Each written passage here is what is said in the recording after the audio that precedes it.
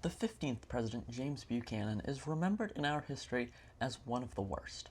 But why?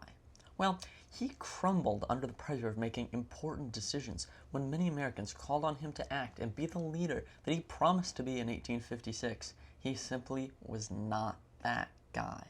Buchanan, a northerner from Pennsylvania, often sided with pro-slavery Southerners and attempted to instill slavery nationwide, which he did by supporting one of the worst Supreme Court rulings in our history, the Dred Scott decision.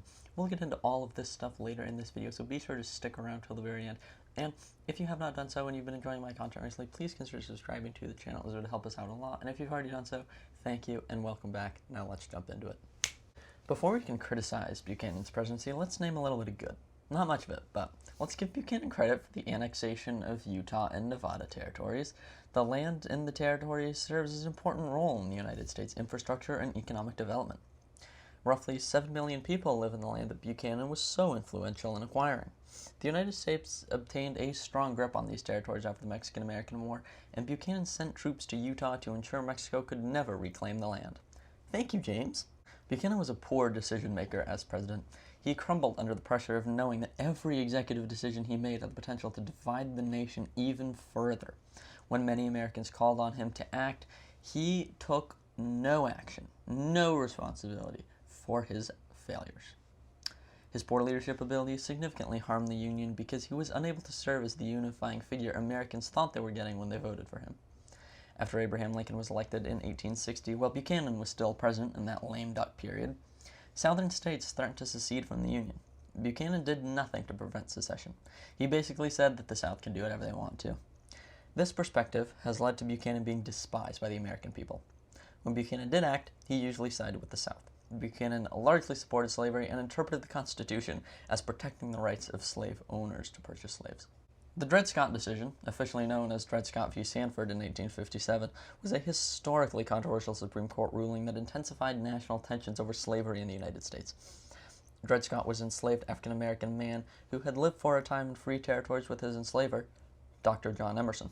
Scott sued for his freedom on the grounds that his residence in the free land made him a free man. However, the Supreme Court, led by Chief Justice Roger B. Taney, ruled against Scott.